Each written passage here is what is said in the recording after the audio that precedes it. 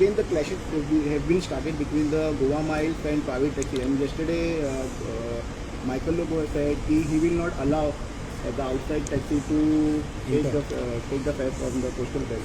With great difficulty, I was able to readdress this problem in the last government. But since I am only looking after transport, I am pained by the attitude of certain people. This is not going to help tourists to come here. This is not going to help tourism, and neither it's going to encourage the transport industry. We have to think of the state as a whole.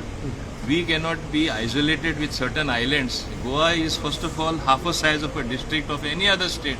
And if we start islanding ourselves, inga tuka yopamena, tinga teka yopamena, you are stopped from going here. How will the state run? How will the transportation system run?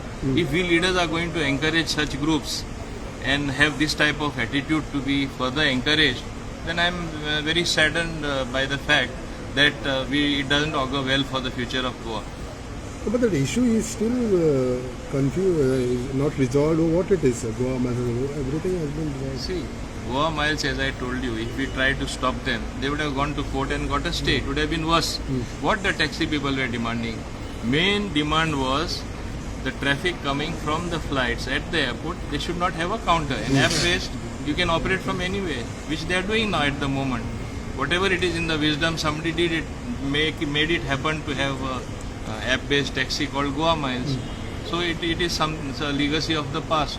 But to prevent the clashes, their main demand was met. At the airport, black and yellow and tourists who combined both together, instead of one counter, they got two counters. They are happy after that. Okay. Now, if we are going to encourage and say, you cannot park here, you cannot come and operate from a certain area, it is bound to create problems.